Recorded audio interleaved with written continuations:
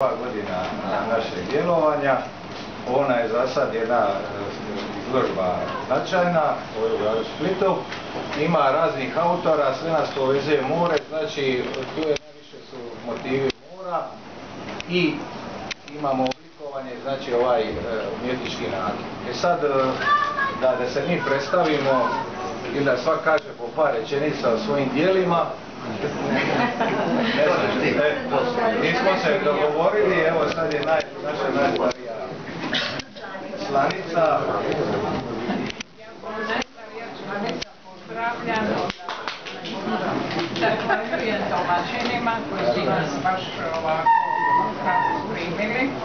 Sve je bilo jedno veliko razumijevanje, vrućina je bila velika, ali vas niko nije zaustavio. Vi ste došli i to mi je puno drago i zahvaljujem.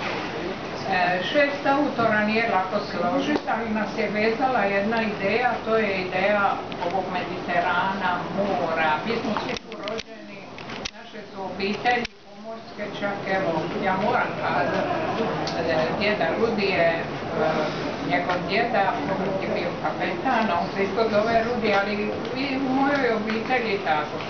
Kupali smo se na basicama, živjeli s morem i svi ovi autori, evo to ću ja ovako možda samo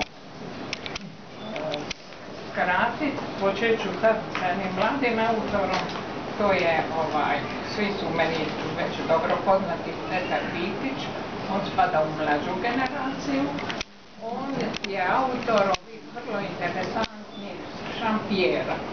Mislim da ih je on razradio maštovito, dobro, interesantno, imamo ih on grafičar, radi primijenjeno i tako. To je on. Onda sebe neću posebno predstavljati, svi sve znamo, i imamo Anu Mila, sad ću se osvrniti na dio obitelji, ona je autorica ovih interesantnih, po meni potpuno išla u jednom svom individualnom pravcu, stvaranja kolaža, ali sa porukama, ima tu čak ravnog, ima puno toga. Mislim da je to jedan dobar put za dalje. I to ćete sami uočiti. Rudi Milat, to je njezin suprug. On je već ima dosta, ja kažem, zajednički izložbi, individualni, opet je uvijek more. U stvari sve od njega je počeo. More, brodice, uvijek maslina. Mislim, uvijek je bila ta tema. Branka Ugrina sada ne vidi, zakasnit će, on ima ovako jednu sliku koja je malo drugačija, ali ima jednu svježinu u prvom izlogu, a sad imamo i autora koji koristi na najbolji mogući način kamenčiće iz mora. I on ih oblikuje sa srebrom i oni su pravi mali unikati, mali biseri. Ja sam to nazvala kao biseri mora. Mislim da sam sada ovako dosta o tome rekla, a sada najmlađu članicu ovdje, Ana Marija, ona je napisala, ona je pisala o moru. More je nebo, druga obala, istina to je Kiševića, ali to je stvarno, ima svoju težinu.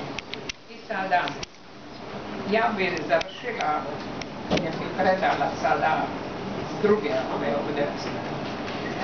Moramo se svi sjetimo se da nam zajedno valja slušati more.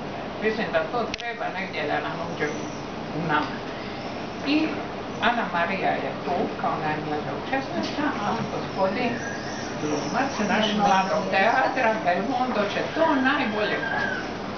Izvolite, Belmondo.